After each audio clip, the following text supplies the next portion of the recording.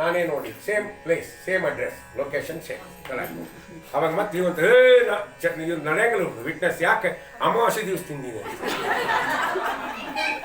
ಯಮದೇವರಿಗೆ ಗೊತ್ತು ಬರೀ ಹಿಂಗೆ ಮಾತಾಡ್ಕೊಟ್ಟು ಹೋಗ್ತಾ ಅಂತೇಳಿ ಪರಮಾತ್ಮ ಅವ್ರ ಕೈಯಲ್ಲಿ ಒಂದು ದಂಡ ಅಂತ ಕೊಟ್ಟಾನ. ಅದನ್ನ ಜೀವರ ತಲೆ ಮೇಲೆ ಇಡ್ತಾರೆ, ಬಗಲಾಗ ಒಂದು ಇದಿರ್ತದೆ ಸ್ಕ್ರೀನ್. ಇವು ಮಾಡಿದ್ದೆಲ್ಲ ಬರ್ತಾವ ಪಿಕ್ಚರಲ್ಲಿ. ಇವನೇ ಹೀರೋ, ಇವನಿಗೆ ಎಷ್ಟು ಮಂದಿ ಹೀರೋನು ಅಲ್ಲೇ ಗೊತ್ತಾಗ್ತದೆ, ಹೀರೋನ್ ಇಲ್ಲ ಅನ್ನೋದು ಅಲ್ಲೇ ಗೊತ್ತಾಗ್ತದೆ, ಎಲ್ಲ ಗೊತ್ತಾಗ್ತದೆ. ಹೌದೇ? ಅದಕ್ಕೆ ಮೇಲೆ ಕೇಳಿದ್ರೆ ಏನು ಉತ್ತರ ಹೇಳಬೇಕು ನಾವು. ನಮ್ಮ ಗುರುಗಳು ಒಂದು ಎಕ್ಸಾಂಪಲ್ ಹೇಳ್ತಿದ್ದೆ. ಏನು ಒಬ್ಬ ಮಗ ಸ್ಕೂಲ್ ಕಡೆಯಿಂದ ಟೂರ್ ಹೋಗ್ಬೇಕೀಗ, SLC ಇರ್ತಾನೆ ಅಥವಾ PUC ಇರ್ತಾನೆ. 3 ದಿನ 5 ದಿನ ಸ್ಕೂಲ್ ಕಡೆಯಿಂದ ಟೂರ್ ಹಾಕಿರ್ತಾರೆ, ಎಕ್ಸ್ಕರ್ಷನ್ ಅಂತ ಏನೋ ಕರೀತಾರೆ. ಹೌದಿಲ್ಲ? ನಾವು ಇಂಗ್ಲೀಷ್ ಜಾಸ್ತಿ ಓದಿಲ್ಲ, ಆದ್ದರಿಂದ ಹಂಗೆ ಹೋಗ್ಬೇಕು.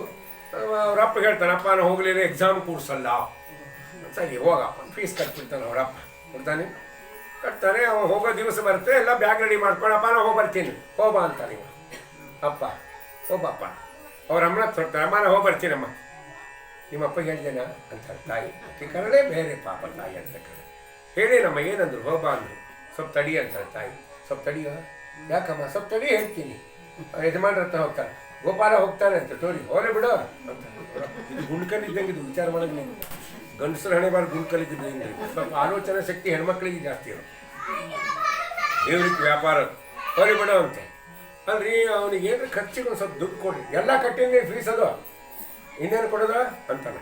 ಅಲ್ಲ ಪಾಪ ಏನ್ರಿ ಬೇಕಾದ್ರೆ ಏನು ಮಾಡೋ ಕೂಸು, ಎಲ್ಲಿ ಏನು ತೊಗೋಬೇಕನ್ನಿಸ್ ಯಾರಿಗೆ ಕೇಳ್ಬೇಕ್ರಿ ಪಾಪದು. ಸ್ವಲ್ಪ ಕೊಟ್ಟಿರಿ, ಸಿಟ್ಲೆ ಕೊಡ್ತಾನವ. 5,000 ರೂಪಾಯಿ ಕೊಡ್ತಾನೆ, 5,000 rupees, ಬಿ ಕೇರ್ಫುಲ್ ಅಂತ ಇಷ್ಟು ಕೊಟ್ಬಿಡ್ತಾನೆ ಮಗನಿಗೆ. 5,000 ತೊಗೊಂಡು ಹೋಗ್ತಾನೆ ಇವ ಮಗ. ಹೋಗ್ತಾನೆ, ಮುಗಿಸ್ಕೊಂಡು ಬಂದ್ಬಿಡ್ತಾನೆ. ಟೂರ್ ಮುಗಿಸ್ಕೊಂಡು ಬಂದ ತಕ್ಷಣ ತಾಯಿ ಕೇಳೋ ಆ್ಯಂಗಲ್ ಬೇರೆ ಇರ್ತದೆ. ತಾಯಿ ಏನು ಕೇಳ್ತಾನೆ ಗೊತ್ತಾ? ಊಟ ಚಲೋ ಇತ್ತಾರಪ್ಪ, ಹೋದಲ್ಲಿ ನಿದ್ದೆ ಚಲೋ ಆಯ್ತಾ, ವ್ಯವಸ್ಥೆ ಎಲ್ಲ ಚೆನ್ನಾಗಿತ್ತಾ, ಎಲ್ಲ ನೋಡ್ಕೊಂಡು ಬಂದ್ಯಾ, ಸಂತೋಷ ಆಯ್ತು ಅಂತ ತಾಯಿ. ಇದು ಉಂಡ್ಕೊಂಡಾಗ ಅಪ್ಪಂಗಲ್ಲ, ಬಾಯಿಲೆ 5,000 ಏನು ಮಾಡ್ತೀವಿ ಅದನ್ನೇ ಒಂದೇ ಬಾಣ, ಮತ್ತೆ ಬೇರೆ ಬಾಣಗಳೇ ಇಲ್ಲ ಅಲ್ಲಿ, ಒಂದೇ ಬಾಣ. ಯಾವುದು? 5,000 ಕೊಟ್ಟಿದ್ದೆ ಏನು ಮಾಡಿದಿ? ಅವಾಗ ಮಗ ಇದ್ದವನು 4,500 ರೂಪಾಯಿ ವಾಪಸ್ ಕೊಟ್ಬಿಡ್ತಾನೆ. ಅಪ್ಪ 500 ರೂಪಾಯಿ ಖರ್ಚು ಮಾಡಿದ್ವಿ. ಅವ 4,500 ರೂಪಾಯಿ ವಾಪಸ್ ಅವರ ಅಪ್ಪ ತೊಗೊಳ್ತಾನೆ. ವೆರಿ ಗುಡ್ ಬಾಯ್ ಅಂತ ಹೇಳಿ ಬೀರೋದಾಗ ಇಟ್ಕೊಂಡ್ಬಿಡ್ತಾನೆ. ಯಾರು? ಅವರಪ್ಪ. ಮುಂದೆ ಮಾತಾಡಲ್ಲ. ನೆಕ್ಸ್ಟ್ ಟೈಮ್ ಏನಾದರೂ ಮತ್ತೆ ಹುಡುಗ ಹೋಗ್ತಾನೆ PUCಗೆ ಅಂದರೆ ಅವರ ಅಪ್ಪನೇ 10,000 ರೂಪಾಯಿ ಕೊಡ್ತಾನೆ. ಬೇಡಪ್ಪ ಇಷ್ಟೇ 5,000 ಇಟ್ಕೋ ಈಗ ಅವ್ರ ಅಪ್ಪ ಗೊತ್ತು ನಿಮ್ಮ ವೇಸ್ಟ್ ಮಾಡಲ್ಲ, ಎಷ್ಟು ಬೇಕು ಅಷ್ಟು ಖರ್ಚು ಮಾಡ್ತಾನೆ ಅಂತ. ಈ ದೃಷ್ಟಾಂತ ಯಾಕೆ ಹೇಳಿದ್ರಿ ಎಕ್ಸಾಂಪಲ್ ಅಂದರೆ, ನಮಗೂ ದೇವರಷ್ಟೇ ಈ ಮನುಷ್ಯ ದೇಹ ಕೊಟ್ಟಾಗ ಎಷ್ಟು ಬೇಕೋ ಅಷ್ಟು ಲೌಕಿಕವಾಗಿ ಉಪಯೋಗ ಮಾಡಿಕೊಂಡು ಹೆಚ್ಚಿಂದು ಭಗವಂತನ ಪರವಾಗಿ ಉಪಯೋಗ ಮಾಡಿದ್ರೆ ದೇವ್ರು ಸಂತೋಷಪಟ್ಟು ಮತ್ತೆ ನೆಕ್ಸ್ಟ್ ಟೈಮ್ ಅದೇ ಜನ್ಮ ಕೊಡ್ತಾನೆ. ನಾವೆಲ್ಲ ವೇಸ್ಟ್ ಮಾಡ್ಕೊಂಡ್ರೆ ಯಾಕೆ ಕೊಡ್ತಾನೆ ದೇವರು? ಒಬ್ಬ ಮಗ ಇದ್ದವ ಏನಪ್ಪ 5,000 ಕೊಟ್ಟು ನಮ್ಮ ಫ್ರೆಂಡೆಲ್ಲ 25,000 ತಂದಿದ್ರು, ಅದಕ್ಕೆ ಮೇಸ್ಟ್ ಹತ್ರ 10,000 ರೂಪಾಯಿ ಲೋನ್ ಮಾಡೀನಿ ಅಂದ್ರೆ ಮೆಸ್ತಾನ ಅವರಪ್ಪ. ಅದೇ ಎಕ್ಸಾಂಪಲ್ ಇದು. ಅದಕ್ಕೆ ಜ್ಞಾನಿಗಳಂತ ಸುಂದರವಾದ ಶರೀರ ಭಗವಂತ ಕೊಟ್ಟಿದ್ದಾರಲ್ಲ, ಪರಮಾತ್ಮನ ಸ್ಮರಣೆಯನ್ನು ಮಾಡು. ಇದು ಮತ್ತೆ ಶರೀರ ಬರೋದೇ ಕಷ್ಟ, ಬಂದಿದ್ದೇ ಲಾಭ. ಅದಕ್ಕೆ ವಿಜಯರಾಯರ ಕಡೆ ಹೇಳ್ತಾರೆ, ನರ ಜನ್ಮ ಬರುವುದೇ ಕಷ್ಟ, ಇದು ತಿಳಿದು ನೋಡಿದರೆ ವಿಪ್ರತ್ವ ಶ್ರೇಷ್ಠ. ಮರಳಿ ಬಾಹುದೇ ಉತ್ಕಷ್ಟ, ದುರ್ಘಟ ಕೇಳಲವೋ ಮರ್ಘಟ, ಎಚ್ಚತ್ತು ಇರು ಕಂಡ್ಯ ಮನವೇ. ನರಜನ್ಮ ಬರುವುದೇ ಕಷ್ಟ, ಮನುಷ್ಯ ಜನ್ಮ ಬರುವುದೇ ಕಷ್ಟ. ಹೌದಾ? ಬಂದಿದ್ದೇ ಲಾಭ ಅಲ್ವಾ? ಮತ್ತೆ ಹೇಳ್ತಾರೆ, ಇದು ಮರಳಿ ಬರುವುದೇ ದುರ್ಘಟ ಕೇಳಲು ಮರ್ಕಟ ಅಂದ್ರು. ಮತ್ತೆ ಬರ್ಲಿಕ್ಕೆ ಸಾಧ್ಯ ಇಲ್ಲ. ಅದಕ್ಕೆ ದೇವರ ಸ್ಮರಣೆ ಮಾಡು ಅಂತ. ಎಲ್ಲರಿಗೂ ಒಂದು ಪ್ರಶ್ನೆ ಇರುತ್ತೆ. ಕೆಲವು ಹೇಳ್ತಾರೆ, ಅಲ್ರಿ ನಮಗೂ ದೇವರ ಸ್ಮರಣೆ ಮಾಡಬೇಕು ಅಂತ ಅಪೇಕ್ಷೆ ಇದೆ, ನಮಗೇನಿಲ್ಲ ಅಂತಿಲ್ಲ, ನಮಗೂ ದೇವರ ಸ್ಮರಣೆ ಮಾಡಬೇಕು ಅಂತಿದೆ, ಸಾಧನೆ ಮಾಡಬೇಕು ಅಂತಿದೆ, ದೊಡ್ಡ ಎಲ್ಲ ಇದೆ ರೀ. ಆದರೆ ನಮಗೆ ಕಷ್ಟ ಬರ್ತಾವಲ್ಲ ಜೀವನದಾಗ. ಹೌದ? ಕಷ್ಟ ಬರ್ತಾವ. ಅದಕ್ಕೆ ಕಷ್ಟ ಎಲ್ಲ ಹೋಗಿ ಸುಖ ಬಂದ ಮೇಲೆ ನಾವು ದೇವರ ಸ್ಮರಣೆ ಮಾಡ್ಬೇಕು ಅಂತ ಮಾಡಿ ಅಂತ ಹೇಳ್ತೇವೆ. ಕಷ್ಟ ಬರ್ತಾ ಇದೆ, ಕಷ್ಟ ಎಲ್ಲ ಹೋಗಿ ಸುಖ ಬಂದ್ಮೇಲೆ ದೇವ್ರ ಸ್ಮರಣೆ ಮಾಡ್ತೀವಿ ಅಂತ. ಅಂಥವ್ರ ಹಣೆ ಬಾರಿ ಹೆಂಗಾಗುತ್ತೆ ಅಂತ ಟೀಕಾಕೃತ್ಪಾದರು ಒಂದು ಎಕ್ಸಾಂಪಲ್ ಕೊಡ್ತಾರೆ. ಒಬ್ಬ ಸಮುದ್ರ ಸ್ನಾನಕ್ಕೆ ಹೋಗಿದ್ನಂತ ಒಂದು ಪರ್ವಕಾಲ. ಮುಂಜಾನೆ 6 ಗಂಟೆ ಹೋಗಿ ಕೂತ್ಕೊಂಡ, ಸಮುದ್ರ ದಂಡೆ ಕೂತ್ಕೊಂಡ, ಸಮುದ್ರವನ್ನೇ ನೋಡ್ತಾ ಇದ್ದ. 7 ಗಂಟೆಗೆ ಯಾರೋ ಜ್ಞಾನಿಗಳು ಬಂದರು. ಅವರು ಸ್ನಾನ ಮಾಡಿದರು, ಪರ್ವಕಾಲ ತಮ್ಮ ಜಪ ದಪ ಎಲ್ಲ ಮುಗಿಸಿದ್ರು. ಇನ್ನೇನು ಹೊರಡಬೇಕು ಅಲ್ಲಿಂದ. 10:30 ಆಯಿತು, ಹೊರಡಬೇಕು. ಅವಾಗಂತಾರೆ ಇವ ನಮ್ಗಿಂತ ಮೊದಲು ಬಂದು ಇಲ್ಲಿ ಕೂತಿದ್ದಾನೆ. ಯಾಕೆ ಕೂತಾನೆ? ಸುಮ್ಮನೆ ಕೂತಾನೆ, ಅದು ಸಮುದ್ರ ನೋಡ್ತಾನೆ ಕೂತಾನ. ಪಾಪ ಏನು ಕಷ್ಟ ಇದೆ ವಿಚಾರ ಮಾಡೋಣ. ಸಜ್ಜನರಲ್ಲಿ ಆ ಗುಣ ಇರ್ತದೆ. ಸಾತ್ವಿಕರು ಸಜ್ಜನರು ಅವ್ರಿಗೆ ಗುಣ, ಅವರೊಂದು ಗುಣ ಏನು, ಯಾರಾದರೂ ಪಾಪ ಕಷ್ಟದಲ್ಲಿ ವಿಚಾರ ಮಾಡ್ತಾರೆ. ಹೌದಾ, ಪಾಪ ನಿಮಗೆ ಹಿಂಗಾಯ್ತಾ, ಆಗಬಾರ್ದಿತ್ತಲ್ರಿ ಪಾಪ, ಏನೋ ದೇವರಿದ್ದಾನೆ ಅಂತ ಹಿಂಗೆಲ್ಲ ಸಮಾಧಾನ ಮಾಡ್ತಾರೆ. ನಮ್ಮಂಥವ್ರು ಅವ್ರಿಗೆ ಹೆಂಗಾಯ್ತಾ, ಆಗಿದ್ದೇ ಒಳ್ಳೇದಾಯ್ತು. ಮನೆ ಬೈದಿದ್ರು ನಮ್ಗೆ ಅವ್ರು, ಇವತ್ತಾಯ್ತು ನೋಡಿ ಹೆಂಗಾಯ್ತು, ಹೆಂಗೆ ಮಾಡ್ದ ದೇವರು, ನಿಮ್ಮ ಅಪ್ಪನ ಮನೆ ಪಾರ್ಟಿನ ದೇವರು, ಹಿಂಗೆಲ್ಲ ಹುಚ್ಚುತ್ತು ಮಾತಾಡ್ತೀವಿ. ಸಜ್ಜನರಲ್ಲಿ ಆ ಗುಣ. ಪಾಪ ನೋಡಿದ್ರು, ಅಲ್ಲಪ್ಪ ನೀ ಯಾರು? ಸ್ವಾಮಿ ನಾ ಇಂಥ ವ್ಯಕ್ತಿ. ಮತ್ತು ನೀ ಯಾಕೆ ಇಲ್ಲಿ ಯಾಕೆ ಬಂದಿ? ಸಮುದ್ರ ಸ್ನಾನಕ್ಕೆ ಬಂದೀನಿ. ನನಗಿಂತ ಮೊದಲು ಬಂದಿ ಅಲ್ವಾ? ಹೌದು, ನಾನು 6 ಗಂಟೆಗೆ ಬಂದು ಕೂತೀನಿ ಸ್ವಾಮಿ. ಮತ್ತು ಇನ್ನೂ ಯಾಕೆ ಸಮುದ್ರ ಸ್ನಾನ ಮಾಡಿಲ್ಲ? ಆ ವ್ಯಕ್ತಿ ಹೇಳ್ತಾರೆ, ಸಮುದ್ರದಲ್ಲಿ ಅಲೆಗಳು ಬರ್ತಾ ಇವೆಯಲ್ಲ, ಅಲೆಗಳು ಬರೋದು ನಿಂತ ಮೇಲೆ ಸ್ನಾನ ಮಾಡಬೇಕು ಅಂತ. ಯಾವಾಗ ನಿಲ್ತಾವೆ ಅಂತ ನೋಡ್ಕೊತ ಕೂತೀನಿ ಅಂತ. ಸಮುದ್ರದ ಅಲೆಗಳು ಬರೋ ನಿಲ್ಲಲ್ಲ, ಇವನಿಗೆ ಸಮುದ್ರ ಸ್ನಾನ. ನಮ್ಮ ಸಂಸಾರದಲ್ಲಿ ಕಷ್ಟ ಬರೋದು ನಿಲ್ಲಲ್ಲ, ದೇವರ ಸ್ಮರಣೆ ಮಾಡಲಿಕ್ಕೆ ಆಗಲ್ಲ. ಆಯಾ ವಯಸ್ಸ ಗಯಾರಿ, ಹೆಂಗೆ ಬಂದ ಹಂಗೆ ಹೋಗ್ತಾರೆ. ಅದಕ್ಕೆ ಕಬೀರ್ ದಾಸ್ ಹೇಳ್ತಾರೆ, ರಾಮ್ ಭಜನ್ ಕೋ ದಿಯಾ ಕಮಲ ಮುಖ, ಕೃಷ್ಣ ಭಜನ್ ಕೋ ದಿಯಾರೆ, ಖಾಯಾ ಪಿಯಾ ಸುಖ ಸೇ ಸೋಯ, ಆಯಾ ವಯಸ್ಸ ಗಯಾರೆ. ಸುಂದರವಾದ ದೇಹವನ್ನು ಕೊಟ್ಟಿದ್ದು ಯಾಕೆ ದೇವರು ಅಂದ್ರೆ ಅವನ ಸ್ಮರಣೆ ಮಾಡಲಿಕ್ಕೆ ದೇಹ ಕೊಟ್ಟಿದ್ದಾನಲ್ವಾ. ನಾವು ಹಂಗೆ ಮಾಡಲ್ಲ, ಖಾಯಾ ಪಿಯಾ ಸುಖ ಸೇ ಸೋಯ, ತಿಂದ ಉಂಡ ಆರಾಮ್ ಮಲ್ಕೊಂಡ, ಆಯಾ ವಯಸ್ಸ ಗಯಾರೆ. ಎಲ್ಲರಿಗೂ ಇರುತ್ತಲ್ಲ, ಕಾಟ ಹೋದ್ಮೇಲೆ ದೇವರ ಸ್ಮರಣೆ ಅಲ್ಲ. ಶಾಸ್ತ್ರ ಹೇಳುತ್ತೆ, ನಿನಗೆ ಜೀವನದಲ್ಲಿ ಬರುವ ಕಷ್ಟಗಳು ಹೋಗಲಿಕ್ಕಾಗೆ ದೇವರ ಸ್ಮರಣೆ ಮಾಡು. ಹರಿಯ ಸ್ಮರಣೆ ಮಾತ್ರದಿಂದ ಘೋರ ದುರಿತವೆಲ್ಲ ನಾಶ, ಹರಿಯ ಸ್ಮರಣೆ ಮಾತ್ರದಿಂದ ಘೋರ ದುರಿತವೆಲ್ಲ ನಾಶ, ಮರೆಯಬೇಡ ಮನವೇ ನೀನು ಹರಿಯ ಸ್ಮರಣೆಯ. ಪರಮಾತ್ಮನ ಸ್ಮರಣೆಯನ್ನ ಮರಿಬೇಡ. ಹರಿ ಸ್ಮರಣೆಯಿಂದಲೇ ಎಲ್ಲ ಕಷ್ಟಗಳು ಪರಿಹಾರ ಆಗ್ತದೆ. ದೇವರ ಸ್ಮರಣೆಯನ್ನ ಯಾವಾಗಲೂ ಮಾಡ್ತಾ ಇರು. ಇವತ್ತು ಟೈಮ್ ಇಲ್ಲ ಅಂದರೆ ಜ್ಞಾನಿಗಳು ಟೈಮ್ ಮಾಡಿಕೊಡ್ತಾರೆ. ಮಲಗೆದ್ದು ಮೈ ಮುರಿದು ಏಳುತ್ತಲೊಮ್ಮೆ ಕೃಷ್ಣ ಎನ್ನಬಾರದೆ, ದಾರಿಯ ನಡೆವಾಗ ಕೃಷ್ಣ ಎನ್ನಬಾರದೆ, ದೊಡ್ಡ ಭಾರವ ಹೊರುವಾಗ ಕೃಷ್ಣ ಎನ್ನಬಾರದೆ, ಮಕ್ಕಳ ಮುದ್ದಾಡುತ್ತಲೊಮ್ಮೆ ಕೃಷ್ಣ ಎನ್ನಬಾರದೆ, ಮನೆಯೋಡು ಕೆಲಸಗಳ ಮಾಡುತ್ತಲೊಮ್ಮೆ ಕೃಷ್ಣ ಎನ್ನಬಾರದೆ. ಮನೆ ಕೆಲಸ ಮಾಡ್ತಾ ಕೃಷ್ಣ ರಾಮ ಗೋವಿಂದ ಅಲ್ಲಿಗೆ ಬರುತ್ತಿಲ್ಲ, ಬಾಯಿ ಅದಲ್ಲ ಇಲ್ಲ ಕೇಳ್ತಾರೆ ಜ್ಞಾನಿಗಳು. ನಾವು ಕೆಲಸ ಮಾಡ್ಕೊಂಡು ಬೈಕೋತಿ ಮಾಡ್ತೀವಿ, ನಾವು ಒಬ್ಬನೇ ಮಾಡ್ಸಾಯ್ಬೇಕು. ಕಸ ಬಿಟ್ಟು ಯಾವ ಬರಲ್ಲ, ಹಾಡಲ್ಲ, ತಿಂದು ಹಂಗೆ ತಿರುಗಾಡ್ತಾವೆ, ಕಾಫಿ ಕೊಡಿತಾವೆ, ಉಪ್ಪಿಟ್ಟು ತಿಂತಾವೆ ಅನ್ಕೋತ ಹಿಂಗೆ ಕೆಲಸ ಗುಡಿಸ್ತೀವಿ. ಹೌದೇ ಇಲ್ಲ? ಕಸ ಗುಡಿಸ್ತಾ ದೇವ್ರ ಸ್ಮರಣೆ ಮಾಡ ಯಾಕೆ ಕಾಲ ಇರುತ್ತಿಲ್ಲ.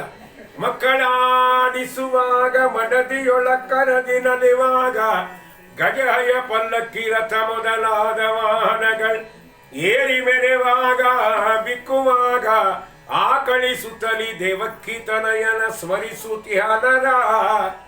ಏನಾಗ್ತಾನೆ ಅವನು? ಸಿಕ್ಕನು ಯಾರಿಗೆ? ಯಮದೂತರಿಗೆ. ಆವಾವಲ್ಲಿ ನೋಡಿದರು, ಆವಾವಲ್ಲಿ ನೋಡಿದರು ಅಂತ ಕಾಣಿಸ್ತಾರ. ನಮ್ಮ ಎದುರೇ ಯಾರಾದರೂ ಬಟಕ್ಕಂದ್ರೆ ಹೋಗಿದ್ದೆ ಗೊತ್ತಾಗಲ್ಲ. ನಾ ಬಂದಾಗಿದ್ದರು ನಾ ಕಾಲಿಟ್ಟೆ ಹೋದರು, ನಿನ್ನ ಕಾಲ್ಗಳು ಅಂತದ್ದು ಏನು ಮಾಡ್ತಾರೆ. ಹೌದೇ ಹೌದೇ. ಅದಕ್ಕೆ ಒಂದು ವ್ಯಕ್ತಿ ನಮ್ಮ ಕಣ್ಣೆದರು ಹೋದರೂ ದೇಹದಿಂದ ಕಾಣಿಸಲ್ಲ. ಅಷ್ಟು ಸೂಕ್ಷ್ಮ ಇದೆ. ಜೀವನ ಪ್ರಮಾಣ ಬಹಳ ಸೂಕ್ಷ್ಮ ಇದೆ. ಶಾಸ್ತ್ರಕಾರ ಹೇಳಿದ್ದಾರೆ, ಬಹಳ ಸೂಕ್ಷ್ಮ, ಕಣ್ಣಿಗೆ ಕಾಣಿಸಲ್ಲ ಜೀವ, ಅಷ್ಟು ಸಣ್ಣದಿದೆ. ಹೌದಾ? ಮತ್ತು ಆವಾವಲ್ಲಿ ನೋಡಿದರು ಅಂದ್ರೆ ಜಗನ್ನಾಥದಾಸರು. ಇಷ್ಟೆಲ್ಲ ಸ್ಥಳದಲ್ಲಿ ಭಗವಂತನ ಸ್ಮರಣೆಯನ್ನ ಮಾಡ್ತಕ್ಕಂಥ ವ್ಯಕ್ತಿ ಯಮದೂತನ ಕೈಯಲ್ಲಿ ಸಿಕ್ಕ ಅಂತ ರೆಕಾರ್ಡ್ ಇಲ್ಲ ಅಂತ ಹೇಳಿದ್ದಾರೆ. ಆವಾವಲ್ಲಿ ನೋಡಿದ್ರಂದ್ರೆ ಏನರ್ಥ? ಎಲ್ಲ ಇತಿಹಾಸ ಪುರಾಣಗಳನ್ನು ಅವಲೋಕನೆ ಮಾಡಿದಾಗ ದೇವರ ಸ್ಮರಣೆ ಮಾಡತಕ್ಕಂಥ ವ್ಯಕ್ತಿ ಯಮದೂತರ ಕೈಯಲ್ಲಿ ಸಿಕ್ಕಿಲ್ಲ ಅನ್ನೋ ಅನೇಕ ಪುರಾಣಗಳಲ್ಲಿ ಕಥೆಗಳು ಉಲ್ಲೇಖ ಆಗಿದೆ. ಅದಕ್ಕೆ ಆವಾವಲ್ಲಿ ನೋಡಿದರು. ದೇವರ ಸ್ಮರಣೆ ಮಾಡು, ಕಷ್ಟ ಹೋಗ್ಲಿಕ್ಕಾಗಿ ಮಾಡು. ಕೇಳ್ತಾರೆ ಜನ, ಯಾರಾದರೂ ಕಷ್ಟ ಹೋಗ್ಲಿಕ್ಕಾಗಿ ದೇವರ ಸ್ಮರಣೆ ಮಾಡಿದವರು ಇದ್ದಾರಾ? ದೇವ್ರ ಕಥೆ ಕೇಳಿದವರಿದ್ದಾರೇನ್ರಿ ಅಂತಾರೆ. ಈಗಿನವರಿಗೆಲ್ಲ ವಿ ವಾಂಟ್ ರಿಕಾರ್ಡ್ಸ್. ನಮ್ಮ ರಿಕಾರ್ಡ್ಸ್ ಇರಬೇಕೆಲ್ಲ ಅಂದರೆ ನಾವು ಮುಂದೆ ಹೆಜ್ಜೆ ಇಡ್ತೀವಿ. ವಿ ವಾಂಟ್ ರಿಕಾರ್ಡ್ಸ್ ಅಂದರೆ ಅದೇ ಶ್ರೀನಿವಾಸ ಕಲ್ಯಾಣ. ಕಷ್ಟ ಹೋಗಲಿಕ್ಕಾಗಿ ದೇವರ ಸ್ಮರಣೆಯನ್ನ ಕೇಳೋದು ಹೇಳೋದು ಇದೆಲ್ಲ ದೇವ್ರ ಸ್ಮರಣೆ ಮಾಡ್ದಂಗೆ ಮಾಡಿದ್ದೇ ಶ್ರೀನಿವಾಸ ಕಲ್ಯಾಣ ಉಲ್ಲೇಖ. ಕಷ್ಟ ಹೋಗಲಿಕ್ಕಾಗಿ ಕೇಳಿದರು. ಅದಕ್ಕೆ ಸೂತರು ಶೌನಿಕಾದಿಗಳಿಗೆ ಅನೇಕವಾದ ಚರಿತ್ರೆಗಳನ್ನು ಹೇಳಿದ್ದಾರೆ.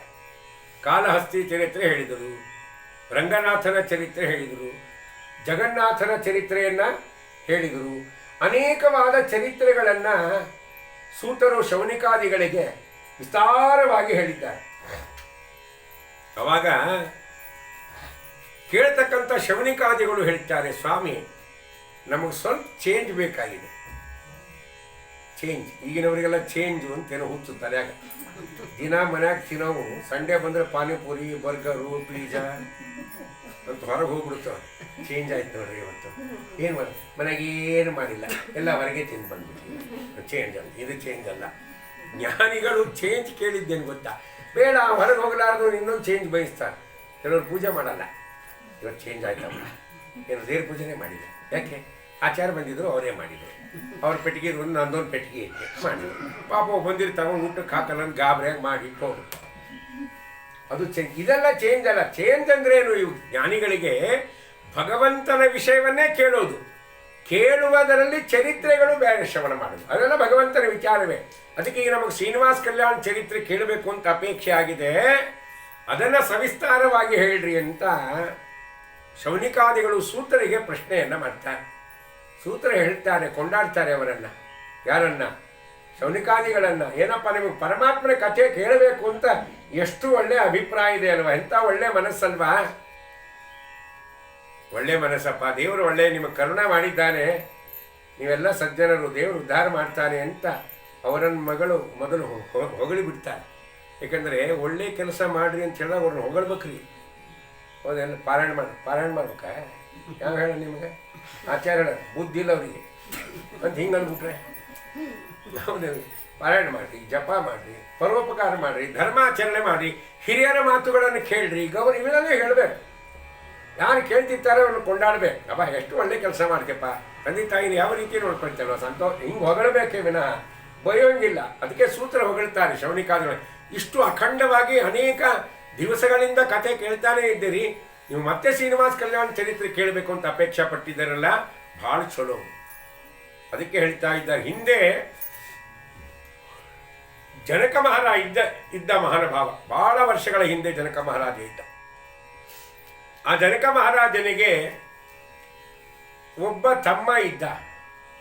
ಅವನ ಹೆಸರು ಕುಶಧ್ವಜ ಅಂತ ಅವನ ಹೆಸರು. ಜನಕ ಮಹಾರಾಜನಿಗೆ ಸುಂದರಿಯಾದ ಮಗಳಿದ್ಲು ಸೀತಾ. ಕುಶಧ್ವಜನಿಗೆ 3 ಜನ ಹೆಣ್ಮಕ್ಕಳಿದ್ದರು. ಮಾಂಡವಿ, ಊರ್ಮಿಳೆ, ಮಾಂಡವಿ, ಶ್ರುತಿ, ಕೀರ್ತಿ 3 ಜನ ಮಕ್ಕಳಿದ್ದರು ಅಂತ ಹೇಳಿದ್ದಾರೆ. ಸರಿ. ಆಮೇಲೆ ಆ ಜನಕ ಮಹಾರಾಜನಿಗೆ ಈ ಕುಶಧ್ವಜ ಹೆಂಗಿದ್ದ ಅಂದರೆ ರಾಮನಿಗೆ ಲಕ್ಷ್ಮಣ ಇದ್ದಾಗಿದ್ದ. ಅಷ್ಟು ನೆರಳಿನಂತೆ ಅನುಸರಿಸಿಕೊಂಡು ಹೋಗ್ತಾ ಇದ್ದ. ಜನಕ ಮಹಾರಾಜನ ರಾಜ್ಯ ಸುಭಿಕ್ಷವಾಗಿತ್ತು ಅಂತ ವರ್ಣನೆ ಮಾಡ್ಯಾರ. ಸುಭಿಕ್ಷೆ ಅಂದ್ರೆ ಏನು? ಕಾಲ ಕಾಲಕ್ಕೆ ಮಳೆ, ಕಾಲ ಕಾಲಕ್ಕೆ ಬೆಳೆ, ಎಲ್ಲ ಪ್ರಜೆಗಳು ರಾಜನನ್ನ ತಂದೆಯಂತೆ ನೋಡ್ತಾ ಇದ್ದಾರೆ. ಆ ರಾಜ ಪ್ರಜೆಗಳನ್ನ ಮಕ್ಕಳಂತೆ ನೋಡ್ತಾ ಇದ್ದಾನೆ. ಎಲ್ಲ ಸ್ತ್ರೀಯರು ಪತಿಭಕ್ತಿ ಉಳ್ಳವರಾಗಿದ್ದಾರೆ. ಎಲ್ಲ ಪುರುಷರು ಏಕಪತ್ನಿ ವೃತ್ತಸ್ಥರಾಗಿದ್ದಾರೆ. 4 ವರ್ಣದವರು ತಮ್ಮ ತಮ್ಮ ಧರ್ಮಗಳನ್ನು ಆಚರಣೆ ಮಾಡಿಕೊಂಡಿದ್ದಾರೆ. ಸುಂದರವಾದ ಕಾಲ. ಇದಕ್ಕೆ ಸುಭಿಕ್ಷೆ ಅಂತ ಕರೀತಾರೆ. ಹೌದಾ? ಈಗಿನ ಕಾಲಕ್ಕೆ ದಿನ ದುರ್ಭಿಕ್ಷ. ಮಳೆ ಬರಬಾರ್ದು, ಅವಾಗ ಬರ್ತದೆ, ಏನಾಗಬಾರ್ದು ಅವಾಗ ಆಗ್ತವೆ. ಇದೆಲ್ಲ ಏನು ಅಂದರೆ ಧರ್ಮ ಇಲ್ಲಾರದೆ ಮುಖ್ಯ ಕಾರಣ. ಅವಾಗೆಲ್ಲ ಧರ್ಮದಿಂದ ರಾಜ್ಯ ಸುಭಿಕ್ಷವಾಗಿತ್ತು. ಅವಾಗ ಜನಕ ಮಹಾರಾಜ ಬಹಳ ಸುಖವಾಗಿದ್ದ. ಅವನಿಗೆ ದುಃಖ ಅಂದರೆ ಗೊತ್ತಿಲ್ಲ, ರೀ ಚಿಂತೆ ಅಂದರೆ ಗೊತ್ತಿಲ್ಲ. ಜನಕ ಮಹಾರಾಜ ದುಃಖ ಇದ್ದಾಗ ತಾನೇ ಚಿಂತೆ ಆಗೋ ಏನಿಲ್ಲ, ಆನಂದವಾಗಿದ್ದ. ಒಂದು ದಿವಸ ಅವನು ಬಯಸ್ತಾನೆ, ಮನಸ್ಸಿನಲ್ಲಿ ಅಪೇಕ್ಷೆ ಮಾಡದ, ಸ್ವಾಮಿ ನಾ ಯಾವಾಗಲೂ ಸುಖವಾಗಿರ್ಬೇಕು, ದುಃಖವನ್ನ ಸ್ವಪ್ನದಲ್ಲಿ ಕೂಡ ನೋಡಬಾರ್ದು ಅಂತ ಬಯಸಿದ. ದೇವರಂದ ಇದು ಜೀವರು ಬಯಸಬಾರ್ದು. ಯಾಕೆ? ಜೀವರಿಗೆ 3 ವಸ್ತುಗಳಿದೆ ಜಗತ್ತಿನ ಮೇಲೆ. ಮೂಲವಾದ 3 ವಸ್ತುಗಳೇ. ಮೂಲ ವಸ್ತುಗಳು 3. ಯಾವುದು? ಒಂದು ಈಶ, ಇನ್ನೊಂದು ಜೀವ, ಇನ್ನೊಂದು ಜಡ. 3 ವಸ್ತುಗಳು. ಈಶ ಅಂದರೆ ಭಗವಂತ. ಭಗವಂತನ ಲಕ್ಷಣ ಏನು ಅಂದರೆ ದುಃಖರಹಿತ ಸುಖಪೂರ್ಣ. ಇದು ಭಗವಂತನ ಲಕ್ಷಣ. ಅವನಿಗೆ ದುಃಖ ಇಲ್ಲ. ಯಾರಿಗೆ? ದೇವರಿಗೆ. ಸುಖಪೂರ್ಣ, ಯಾವಾಗಲೂ ಸುಖವಾಗಿದ್ದಾನೆ ದೇವರು. ಸುಖದಿಂದ ಕೂಡಿದವನು, ಎಲ್ಲ ಸುಖದಿಂದಲೂ ದೇವರು ಕೂಡಿದವನು. ಅವನು ಮುಗಿದ ಚಾಪ್ಟರ್. ಇನ್ನು ಜಡಕ್ಕೆ ಸುಖ ದುಃಖ ಎರಡೂ ಇಲ್ಲ. ಜಡವಾದ ವಸ್ತುಗಳಿಗೆ ಸುಖ ದುಃಖ ಇದೆಯಾ? ಈ ಟೇಬಲ್ ಇದೆ, ಇದು ಜಡವಾದ ವಸ್ತು. ಇದಕ್ಕೇನಾದರೂ ಬೆಳಗ್ಗೆ 7 ಗಂಟೆ ಆದರೆ ಕಾಫಿ ಕುಡಿಬೇಕು ಅಂತ ದುಃಖ ಇದೆಯಾ? 9 ತಿಂಡಿ ತಿನ್ನಬೇಕು ಅಂತ ಅಳ್ತದ? ಜಡವಾದ ವಸ್ತುಗೆ ಏನೇನಿಲ್ಲ, ಸುಖನೂ ಇಲ್ಲ ದುಃಖನೂ ಇಲ್ಲ. ಹಿಟ್ಟಲ್ಲಿ ಇರ್ತದೆ, ಎಳ್ಕೊಂಡು ಹೋದ್ರೆ ಬರ್ತದೆ. ಹೌದು, ಇಷ್ಟೇ ವ್ಯಾಪಾರ. ಅದರ ಮಧ್ಯದಲ್ಲಿ ಒಂದು ವಸ್ತು ಅದಲ್ಲ, ಯಾವುದದು? ಜೀವ. ಹಾಗಾದ್ರೆ ಸುಖ ದುಃಖ ಇರೋದು ಯಾರಿಗೆ? ಜೀವರಿಗೆ ಮಾತ್ರ. ಜೀವನು ಲಕ್ಷಣ ಏನು ಅಂದರೆ ಸುಖ ದುಃಖದಿಂದ ಕೂಡಿದವರು. ನಮಗೆ ಸ್ವಲ್ಪ ಸುಖ ಆಗಿದೆ ಅಂದರೆ ಮತ್ತೆ ಹಿಂದಲೇ ಏನಾಗಿರ್ತದೆ? ಅಲ್ಲಿ ದುಃಖ ಆಗಿರ್ತದೆ. ಸ್ವಲ್ಪ ದುಃಖ ಇದೆ ಅಂದರೆ ಮತ್ತೇನಾಗುತ್ತೆ? ಸುಖ ಬರುತ್ತೆ. ಹಿಂಗೆ ಸುಖ ದುಃಖ, ದುಃಖದಿಂದ ಸುಖದಿಂದ ಕೂಡಿದವರು ಜೀವನು. ಹಾಗಾದರೆ ಜೀವನು ದೇವರಲ್ಲಿ ಏನು ಬಯಸಬಾರ್ದು? ನಮಗೆ ಸುಖ ಬೇಕು, ದುಃಖ ಬೇಡ ಅಂತ ಬಯಸಬಾರ್ದು. ಸ್ವಾಮಿ ನೀ ಏನೇ ಕೊಡು, ನೀನು ಅನುಗ್ರಹ ಬಂದಿರಲಿ. ಸುಖವಾಗಲಿ ಬಹು ದುಃಖವಾಗಲಿ ಸಖನಿನಾಗಿರು ಪಾಂಡುರಂಗ, ನಿಖಿಲಾಂತರ್ಗತ ವ್ಯಾಸ ವಿಠಲ ತವ ಮುಖ ಪಂಕಜ ತೋರು ಪಾಂಡುರಂಗ. ಸುಖವಾಗಲಿ ಬಹು ದುಃಖವಾಗಲಿ ಅಂದ್ರು ಜ್ಞಾನಿಗಳು. ಎಷ್ಟು ಮಾತಾಡ್ಯಾರಂದ್ರೆ ಆ ಶಬ್ದಗಳು ತೂಕ ಮಾಡಿರ್ತಾರೆ ಜ್ಞಾನಿಗಳು. ಸುಖವಾಗಲಿ, ನಮಗೆ ಸುಖವೇ ಆಗಲಿ. ಬಹು ದುಃಖವಾಗಲಿ, ಏನಂದ್ರು? ಬಹು ದುಃಖ ಆಗಲಿ ಅಂದ್ರು. ತಪ್ಪಲ್ವಾ ಶಬ್ದ? ಅವ್ರೇನು ಬೇಕಾಯ್ತು? ಬಹು ಸುಖವಾಗಲಿ ಹಂಗಂದ್ರೆ ಆನಂದ ಆಗಲ್ಲ. ಬೇಕಾದ್ರೆ ಹಂಗೆ ನೋಡ್ರಿ, ನೀವು ಎಲ್ಲ ಭಜನೆ ಮಾಡ್ತೀರಲ್ವ, ಹಂಗೆ ಆನಂದ ಆಗಲ್ಲ. ಅವ್ರು ಅಂದಂಗೆ ಅಂದರೆ ಆನಂದ ಆಗೋದು ಬೇಡ. ಎರಡೂ ಕಡೆ ಈಕ್ವಲ್. ಸುಖವಾಗಲಿ ದುಃಖವಾಗಲಿ ಅವಾಗೂ ಆನಂದ ಆಗಲ್ಲ. ಎರಡೂ ಕಡೆ ಬಹು ಹಚ್ಕೊಂಬೋಣ ಅಂದರೆ ಬಹು ಸುಖವಾಗಲಿ ಬಹು ದುಃಖ, ಬೇರೆನೇ ಇಲ್ಲ. ಸುಖಕ್ಕೂ ದುಃಖ ವ್ಯತ್ಯಾಸ. ಹೌದಿಲ್ಲ? ಶಬ್ದಗಳು ಹಿಂಗ್ಯಾಕೆ ಇಡ್ತಾರೆ ಅಂದರೆ ಸಂಸಾರದಲ್ಲಿ ಸುಖ ಕಡಿಮೆ, ದುಃಖವೇ ಜಾಸ್ತಿ. ಹೌದೇನು? ನಾನು ಇನ್ನು ನಮ್ಮ ಗುರುಗಳಿಗೆ ಕೇಳಿದ್ದೆ, ಸ್ತ್ರೀಯರಿಗೆ ಮದುವೆ ಆಗಿದೆ ಅಲ್ಲಿಕ್ಕೆ ಕೊಳ್ಳಲ್ಲಿ ಏನಿರುತ್ತೆ? ಮಾಂಗಲ್ಯ ಇರುತ್ತೆ. ಅದು ನೋಡಿದ ತಕ್ಷಣ ಮದುವೆ ಆಗಿದೆ. ಪುರುಷರಿಗೆ ಏನು ಗುರುತೆ ಇರುತ್ತೆ ಅಂತ ಕೇಳಿದ್ದ. ಹೌದಾ? ನಾನು ಕೇಳಿದ್ದೀನಿ. ನಮ್ಮ ಗುರುಗಳ ಜೀವ ಭಾಳ ತಿಂದ್ಬಿಟ್ಟಿವಿ ನಾವು. ಪಾಪ ನಮ್ಮ ಗುರುಗಳು ಒಂದಿನ ಜೀವ ತಿಂದಾನಂತ ಹೇಳಿಲ್ಲ ಪಾಪ. ಏನು ಗುರುತು ಗುರುಗಳೇ? ಅವರಂದರು ಸ್ತ್ರೀಯರಿಗೆ ಮಾಂಗಲ್ಯ ಗುರುತು, ಪುರುಷರಿಗೆ ಮಾರಿ ಗುರುತು. ನಮ್ಮ ಉತ್ತರ ಕಡೆ ಮಾರಿ ಅಂತ, ಇಲ್ಲಿ ಮೋರೆ ಅಂತ. ನಮ್ಮ ಕಡೆ ಮೋರಿ ಅಂದರೆ ಬೇರೆ. ಹೌದಲ್ಲ? ಇಲ್ಲಿ ಮಾರಿ ಗುರುತು ಅಂದರು. ಅದು ಹೆಂಗ್ರಿ ಅಂತ ಕೇಳಿದ. ಅದು ಹೆಂಗೆ ಐಡೆಂಟಿ ಮಾಡಿ? ಅವರಂದ್ರು ಲಗ್ನ ಆಗಲಾರ್ದು ಹುಡುಗರು ಬಂದಿರ್ತಾವಲ್ಲ ಪ್ರವಚನಕ್ಕೆ, ಹಿಂಗೆ ಕೂತಿರ್ತಾವ. ಹಲೋ, ಲಗ್ನ ಆದವರು ಅಂದರೆ ಆಗ್ಯದಂತೆ ಅರ್ಥ. Face is the index of mind ಅಂತಾರಲ್ಲ, ಹಂಗೆ ಅದು ಗೊತ್ತಾಗ್ಬಿಡ್ತದೆ. ಅದಕ್ಕೆ ಸುಖವಾಗಲಿ ಬಹು ದುಃಖವಾಗಲಿ ಅಂತ. ಯಾಕೆ? ಸಂಸಾರದಲ್ಲಿ ಸುಖ ಬಹಳ ಕಡಿಮೆ, ಅತ್ಯಂತ ಅಲ್ಪ, ದುಃಖವೇ ಜಾಸ್ತಿ. ಅದರೇ ಇಲ್ಲ. ಒಬ್ಬ ಹುಡುಗ ಏನು ಮಾಡ್ತಾನೆ, ತನ್ನೊಂದು ಫೋಟೋ ತೋರಿಸ್ತಾನೆ. ನಾ ಡಿಗ್ರಿ ಪಾಸ್ ಆದಾಗ ನೋಡಿ ಆಚಾರ್ಯ ಹೆಂಗಿದೆ, ಗುಂಡ್ಗುಂಡಾಗಿದ್ದೀಯಪ್ಪ, ಭೀಮಸೇನ್ ದೇವರ ಅನುಗ್ರಹನ. ಮುಂದೆ ಜಾಬ್ ಸಿಕ್ಕಾಗ ಒಂದು ಫೋಟೋ ತೆಗೆದು ತೋರಿಸಿರ್ತಾನೆ, ಇಟ್ಕೊಡಿ ತೋರಿಸ್ತಾನೆ. ಆಚಾರ್ಯ ಹೆಂಗಿದೆ? ಪರವಾಗಿಲ್ಲಪ್ಪ, ಗುಂಡ್ಗುಂಡಾಗಿದ್ದೀನಿ. ಮುಂದೆ ಎಂಗೇಜ್ಮೆಂಟದ ಒಂದು ಫೋಟೋ ತೋರಿಸ್ತಾನೆ, ಅವಾಗಲೂ ಗುಂಡು ಗುಂಡೇ ಇರ್ತದೆ. ಲಗ್ನ ಫೋಟೋ ತೋರಿಸ್ತಾನೆ, ಅವಾಗಲೂ ಗುಂಡು ಗುಂಡೇ ಇರ್ತದೆ. ಲಗ್ನ ಆಗದ್ಮೇಲೆ 2 ವರ್ಷಕ್ಕೆ ಅವ್ರು ಮೊಸಡಿ ನೋಡ್ಬೇಕು, ಅವ್ನ ಡಿಸೈನ್ ಚೇಂಜ್ ಆಗಿರ್ತದೆ ಮುಖದ್ದು. ಯಾಕೋ ಹಿಂಗಾಕಾದು ಹೆಂಗಿದ್ದೆ ಅನ್ನೋದ್ರೆ ಏನು ಮಾಡಲಿ ಆಚಾರ್ಯ? ಅಮ್ಮನ ಮಾತು ಕೇಳಿಲ್ಲ, ಅಮ್ಮ ಒದಿತಾಳೆ, ಹೆಂಡತಿ ಮಾತು ಕೇಳಿಲ್ಲ, ಹೆಂಡತಿ ಒದಿತಾಳೆ, ನನ್ನನೇ ಬಾರ ಫುಟ್ಬಾಲ್ ಆದಂಗಾಗಿದೆ. ಇದೇನೇ ಮಾತು ಗೋಪಾಲದಾಸರು ಹೇಳ್ತಾರೆ. ಇವೆಲ್ಲ ನನ್ನ ಮಾತನ್ನು ಹೇಳಿಲ್ಲ, ಈ ಗೋಪಾಲದಾಸರು ಇದೇ ಮಾತು ಹೇಳಿದ್ದಾರೆ. ಏನು? ಶ್ರೀಶ ಸಂಸಾರವೆಂಬು ಸುಸುವ ಶರದಿಯೋಳ್ ಈ ಸಲಾರೇನೋ ಹರಿ ಏ ಧೊರಿ ದಾಸನೆಂತೆಂದ ಬೆಲೆ ಘಾಸಿ ಗೊಳಿಸುವ ದುಲೇಸು ನಿನಗಲ್ಲವಯ್ಯ ಹೇ ಜೀಯ. ದೋಷರಾಶಿಗಳ ನಾಶನ ಮಾಡಿ ವಿಶೇಷ ಜ್ಞಾನ ಭಕ್ತಿ ವೈರಾಗ್ಯವನಿತು ಆಸೆಯ ಬಿಡಿಸಿ ಮೀಸಲ ಮನ ಮಡಿ ನೀಸಲ ಹೋದು ಶ್ರೀನಿವಾಸ ಕೃಪಾಳು ಪಾಲೀಸಯ್ಯ ಪವನನಯ್ಯ ಪಾಲವಾರಿಧಿ ಶಯ್ಯ ವೆಂಕಟರೇಯ ಕಾಲ ಕಾಲಕ್ಕೆ ಹೃದಯಾಲಯದೊಳು ನಿನ್ನ ಶೀಲ ಮುರುತಿ ತೊರು ಮೇಲು ಕರುಣದಿ ಪಾಲೀಸಯ್ಯ. ಸಂಸಾರದಲ್ಲಿ ಯಾರಾದರೂ ಈಸಿ ದಡ ಸೇರಿದವರು ಅಂತಿದ್ದಾರೆ, ನಮ್ಮ ಅಪ್ಪನ ಅಣಗಿಲ್ಲ. ಅದರಲ್ಲಿ ದೇವರಲ್ಲಿ ಕೇಳೋದೇನು, ಸುಖ ಆಗಲಿ ಬಹು ದುಃಖ ಆಗಲಿ. ಬಹು ದುಃಖ ಯಾಕಾಗತ್ತೆ ಅಂದರೆ, ಹಿಂದಿ ಒಳಗೆ ಅಥವಾ ಮರಾಠಿ ಒಳಗೆ ಬಹು ಅಂದರೆ ಸೊಸೆ. ಬಹು ಮೀನ್ಸ್ ವಾಟ್? ಸೊಸೆ, ಹೌದಾ? ಸೊಸೆ ಬಂದರೆ ಅತ್ತೆಗೆ ದುಃಖ. ಮರಿತಾನೆ ಗುಂಡು ಓಡಾಡ್ತೈತಿ. ಭಜನಾ ಮಂಡಳಿ ಪ್ರೆಸಿಡೆಂಟ್ ಇವರೇನು ಓಡಾಡ್ತಾರೆ, ಅವನು ಹೋದಲ್ಲಿ ಫೋಟೋ ತೆಗೆಸ್ಕೊತಾರೆ, ಮೈಕ್ ಕೊಟ್ಟರೆ ಅವರೇ ಮೊದಲು ಕೂತಿರ್ತಾರೆ. ಸೊಸಿ ಬಂದು ಹಿಂದೆ ಹೋಗ್ಬಿಡ್ತಾರೆ. ಅವ್ನು ಬರೀ ಕೇಳೇ ಸೊಸಿ ಬಂದ್ರೆ ದುಃಖ, ಬಹು ದುಃಖ. ಹೌದೇ, ನಮ್ಗಳು ತಮಾಷೆಯಾಗಿ ಹೇಳ್ತಿದ್ರು, ಹಿಂದಿ ಭಾಳ ಅವತ್ತಿಗೆ ಇಂಟ್ರೆಸ್ಟು. ಅದು ಒಂದು ಜೀವನದಲ್ಲಿ ಸತ್ಯವೇ. ಹೌದಾ? ಅದಕ್ಕೆ ಜೀವರು ಏನು ಬಯಸಬಾರ್ದು, ಸುಖ ಬೇಕು ದುಃಖ ಬೇಕು. ಬಸ್ ಏನು ಬಯಸ್ಬೇಕು? ಸ್ವಾಮಿ ಸುಖನೇ ಕೊಡು, ದುಃಖನೇ ಕೊಡು, ಯಾವುದೂ ನಮ್ಮ ಕೈಯಾಗಿಲ್ಲ, ಅದನ್ನು ಕೊಡ್ತಕ್ಕವನು ನೀನು. ನಮ್ಮ ಕರ್ಮಾನುಸಾರವಾಗಿ ಕೊಟ್ಟರು ಅದನ್ನು ನಮ್ಮ ಮನಸ್ಸು ಬಂದಾಗೆ ದೇವರು ಕೊಡಲ್ಲ. ತನ್ನ ಮನಸ್ಸು ಬಂದಾಗ ದೇವರು ಏನು ಮಾಡ್ತಾನೆ? ಫಲಗಳನ್ನು ಕೊಡ್ತಾನೆ. ಕೊಡು, ಆದರೆ ಸಖ ನೀನಾಗಿರು. ಸಖ ಅಂದ್ರೇನು?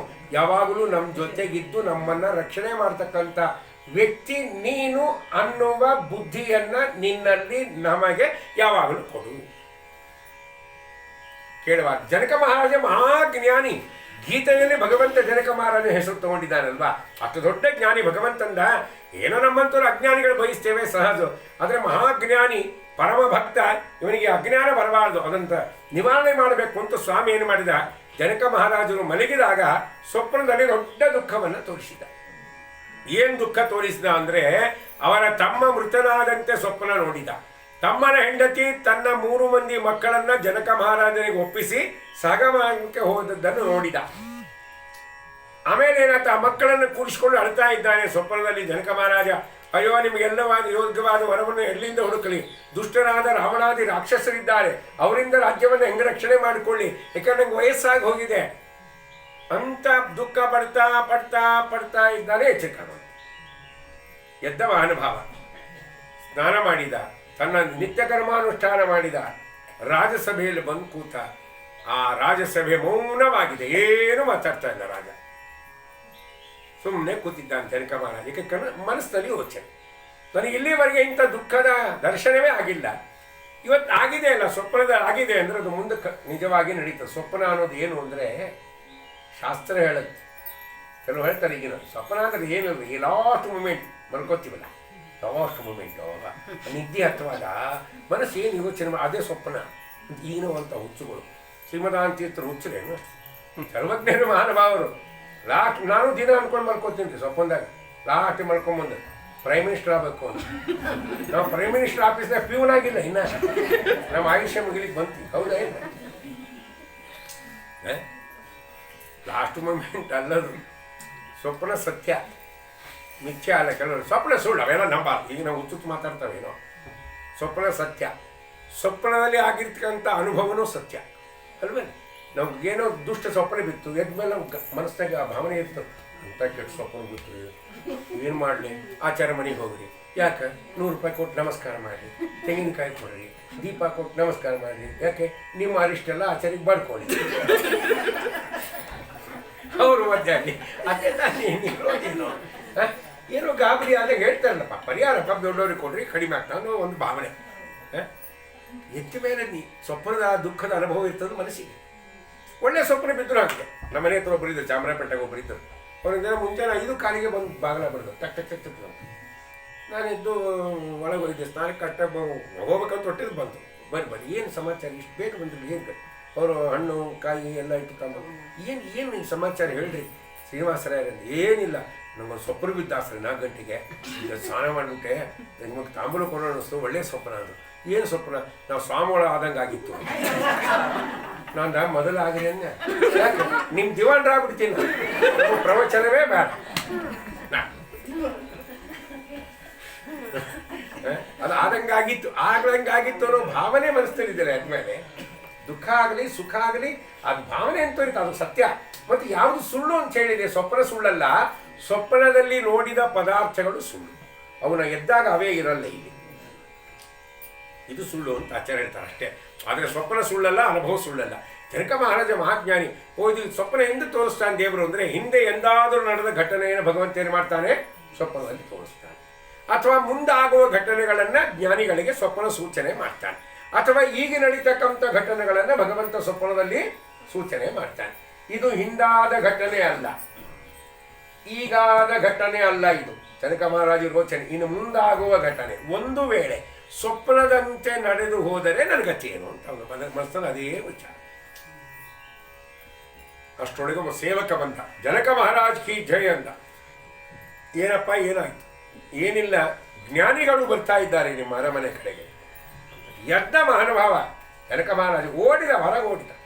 ಅವರನ್ನು ಹಸ್ತರಾಗ ಕೊಟ್ಟು ಕರ್ಕೊಂಡು ಬಂದ, ಅರ್ಘ್ಯಪಾದ್ಯ ಕೊಟ್ಟು ಪೂಜೆ ಮಾಡಿದ, ಒಳ್ಳೆ ಆಸನ ಕೊಟ್ಟು ಕೂಡಿಸಿದ, ಕೈ ಜೋಡಿಸಿದ. ಅವರ ಎದುರು ನಿಂತ್ಕೊಂಡಿದ್ದಾರೆ ಸುಮ್ಮನೆ ಜನಕ ಮಹಾರಾಜ. ಅವರೇ ಕೇಳ್ತಾರೆ, ಜನಕ ಮಹಾರಾಜನ ಮುಖ ನೋಡಿದ್ರು, ಜನಕ ಮಹಾರಾಜ ನೀ ಯಾವಾಗಲೂ ನಗನಗತಾ ಇರ್ತಕ್ಕಂಥ ವ್ಯಕ್ತಿ, ದೇವರ ಸ್ಮರಣೆ ಮಾಡ್ತಕ್ಕಂಥ ವ್ಯಕ್ತಿ, ನಿನ್ನ ಮುಖದಲ್ಲಿ ಏನೋ ಚಿಂತೆ ಕಳೆಗಳು ಕಾಣಿಸ್ತದೆ, ಚಿಂತಾಕ್ರಾಂತನಾಗಿದ್ದಂತೆ ಅನ್ನಿಸ್ತಾ ಇದೆ ಅಂತ ಕೇಳಿದರು ಜ್ಞಾನಿಗಳು. ಯಾಕೆ ಮುಖ ನೋಡಿದ್ರೆ ಗೊತ್ತಾಗಿತ್ತಿಲ್ಲ. ನಾವು ಬಂದು ಸಂತೋಷ ಆಗಿದ್ದರೆ ಎಲ್ಲರಿಗೂ ಏನಾಗ್ತದೆ, ಕಣ್ಣು ಬರ್ರಿ ಬರ್ರಿ ಗೊತ್ತಾ, ಎಲ್ಲರೂ ಹಿಂಗೆ ಬಂದರೆ ಬರಲಿ ಬೇಡ ಅಂತ ಹಿಂಗೆ ಕೂತ್ರೇನು ಸಂತೋಷ ಆಗಿಲ್ಲ ಅಂತ. ಹೌದಾ? ಅದು ಮುಖ ಎಕ್ಸ್ಪ್ರೆಸ್ ಮಾಡುತ್ತೆ. ಕಣ್ಣು ನಮ್ಮ ಮನಸ್ಸಿನ ಮಾತುಗಳನ್ನು ಕಣ್ಣು ಹೇಳ್ತಾವೆ, ಎಷ್ಟೋ ಸರಿ ಹೇಳ್ತಾವೆ. Face is the index of mind, express ಮಾಡ್ತಾವೆ ಮುಖ. ಅದರಂತೆ ಜನಕ ಮಹಾರಾಜ ಕೇಳಿದ. ಅವಾಗ ಜನಕ ಮಹಾರಾಜ ಹೇಳ್ತಾನೆ, ಸ್ವಾಮಿ ತಾವು ಹೇಳಿದ ನಿಜ, ನನಗೆ ಇಂಥ ದೊಡ್ಡ ಸ್ವಪ್ನ ಬಿತ್ತು. ಒಂದು ವೇಳೆ ಸ್ವಪ್ನದಂತೆ ನಡೆದು ಹೋದರೆ ನನ್ನ ಗತಿ ಏನು? ದುಷ್ಟರಾದ ರಾವಣಾದಿ ರಾಕ್ಷಸರು ಅನೇಕ ಜನ ಇದ್ದಾರೆ, ರಾಜ್ಯವನ್ನು ಹೆಂಗೆ ರಕ್ಷಣೆ ಮಾಡ್ಕೊಳ್ಳಿ? ಸೀತೆಗೆ ಅನುರೂಪವಾದ ಗಂಡನನ್ನು ವರ್ಣನೆ ಎಲ್ಲಿ ಹುಡುಕಲಿ? ತಮ್ಮನ ಮಕ್ಕಳಿಗೆ ಎಲ್ಲಿ ನಾನು ಹುಡುಕ್ಬೇಕು ಸ್ವಾಮಿ? ಆವಾಗ ಜನಕ ಮಹಾರಾಜರಿಗೆ ಎಷ್ಟು ವರ್ಷ ಆಗಿತ್ತು ಅಂದರೆ 80,000 ವರ್ಷ ಆಗಿತ್ತು. ಅಂದರೆ ಕಲಿಯುಗದ್ದು 80 ಇಯರ್ಸ್. ಇಷ್ಟು ಕಲಿಯುಗದ್ದು 80 ಇಯರ್ಸ್, 80 ವರ್ಷ. ಮತ್ತು ವಯಸ್ಸಾದಂಗೆ ಅಲ್ಲ. ಅದಕ್ಕೆ ದುಃಖ ಆಗಿದೆ ಸ್ವಾಮಿ. ತಾವು ಅನಾಯಸ ಜ್ಞಾನಿಗಳು ಬಂದಿದ್ದೀರಿ. ಈ ಕಷ್ಟ, ಈ ದುಃಖ ಪರಿಹಾರ ಆಗಬೇಕು. ಜೊತೆಗೆ ನನ್ನ 4 ಜನ ಹೆಣ್ಣು ಮಕ್ಕಳು, ಅಂದರೆ ನನ್ನ ಮಗಳು ಸೀತೆ, ತಮ್ಮನ ಮಕ್ಕಳು 3 ಜನ, ಒಬ್ಬ ರಾಜನ ಸೊಸೆಯಂದರಾಗಬೇಕು. ಇದು ಒಂದು ಅಪೇಕ್ಷೆ. ದುಃಖ ನಾಶ ಆಗಬೇಕು, ಈ ಅಪೇಕ್ಷೆ ಆಗಬೇಕು. ಅಂದ್ರೇನು? ಅನಿಷ್ಟ ನಿವೃತ್ತಿ ದ್ವಾರ ಇಷ್ಟಾರ್ಥ ಪ್ರಾಪ್ತಿ. ಯಾವುದಾದ್ರೂ ಉಪಾಯ ಇದೆಯಾ ಅಂತ ಕೇಳಿದರು. ಅವರು ಹೇಳ್ತಾರೆ, ಅವಶ್ಯವಾಗಿದೆ ಜನಕ ಮಹಾರಾಜ, ಏನು ಯೋಚನೆ ಮಾಡಬೇಡ. ನಿನ್ನ ದುಃಖ ನಾಶ ಆಗಿ ಇಷ್ಟಾರ್ಥ ಎಲ್ಲ ಪ್ರಾಪ್ತಿಯಾಗಲಿಕ್ಕೆ ಒಂದು ಉಪಾಯ ಇದೆ. ಅದು ಉಪಾಯ ಯಾವುದು ಅಂದರೆ ಶ್ರೀನಿವಾಸ ಕಲ್ಯಾಣವನ್ನು ಚರಿತ್ರೆ ಶ್ರವಣ ಮಾಡಿಬಿಡು. ನಿನ್ನೆಲ್ಲ ದುಃಖ ನಾಶ ಆಗಿ ಇಷ್ಟಾರ್ಥ ನಿಂಗೆ ಪ್ರಾಪ್ತಿಯಾಗುತ್ತೆ.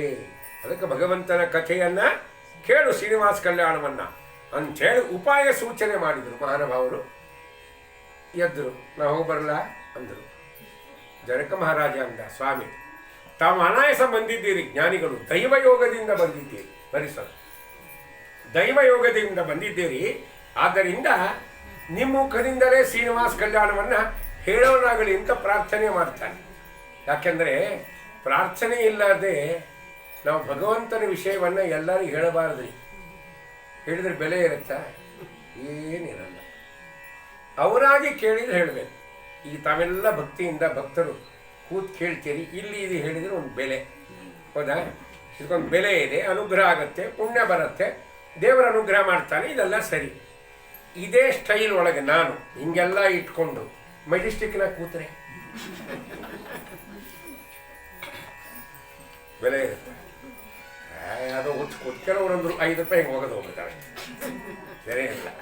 ಅಥವಾ ನಾವಾಗಿ ಹೇಳ್ತೀವಿ ಅಂತ ಹೋದರೆ ಬೆಲೆ ಇರಲ್ಲ. ಈಗ ಸುಮ್ಮನೆ ಒಂದು ತಿಳ್ಕೊಂಡು, ಈಗ ನಾನು 1 ವಾರ ಖಾಲಿ ಐತೆ ಪ್ರವಚನ ಇಲ್ಲ, ಬಂದೆ ನಿಮ್ಮ ಮನೆಗೆ ಬಂದೆ. ಏನ್ರಿ 1 ವಾರ ನಾ ಖಾಲಿ ಇದ್ದೀನಿ, ಪ್ರವಚನ ಮಾಡಲ ನಿಮ್ಮ ಮನ್ಯಾಗ ಅಂದರೆ ಗಂಡ ಹೆಂಡ್ತಿ ಅಂತಾರೆ, ನೀವು 1 ವಾರ ಖಾಲಿ ಇದ್ದೀರಾ, ನಮ್ಮ ಮನೆ ಪ್ರವಚನ ಮಾಡ್ತೀರಾ? ಅಂತ ಹೇಳಿ ಹೌದ್ರಿ ಮತ್ತು ಹೇಳಿದ್ರಿ ಯಾವಾಗೋ ನೀವು ಈ ಖಾಲಿ ಐತಿ ಗಂಡ ಹೆಂಡತಿ ಸ್ವಲ್ಪ ಹೊತ್ತು ಮಾತಾಡ್ಕೋತಾರೆ ಏನೋ ರೂಮ್ನಾಗ ಹೋಗಿ ಆಮೇಲೆ ಮಾಡಿರಿ ಪರವಾಗಿಲ್ಲ ನೀವು ಮನೆ ತನಕ ಬಂದಿರಿ ಕೇಳಿರಿ ಹೆಂಗಿಲ್ಲ ಅನ್ಬೇಕು ಮಾಡಿ ಅಂತ ಸರಿ ಮರುದಿವ್ಸ ಹಿಂಗೆ ನಾವು ಬಂದುಬಿಟ್ರೆ ದೇವ್ರ ಮುಂದೆ ಹಿಂಗೆಲ್ಲ ಇಟ್ಟಿರ್ತಾರೆ ಗಂಡ ಹೆಂಡತಿ ಇಬ್ಬರೇ ಕೂತಿರ್ತಾರೆ ಸರಿ ಹೇಳ್ಬೇಕು ನಾವು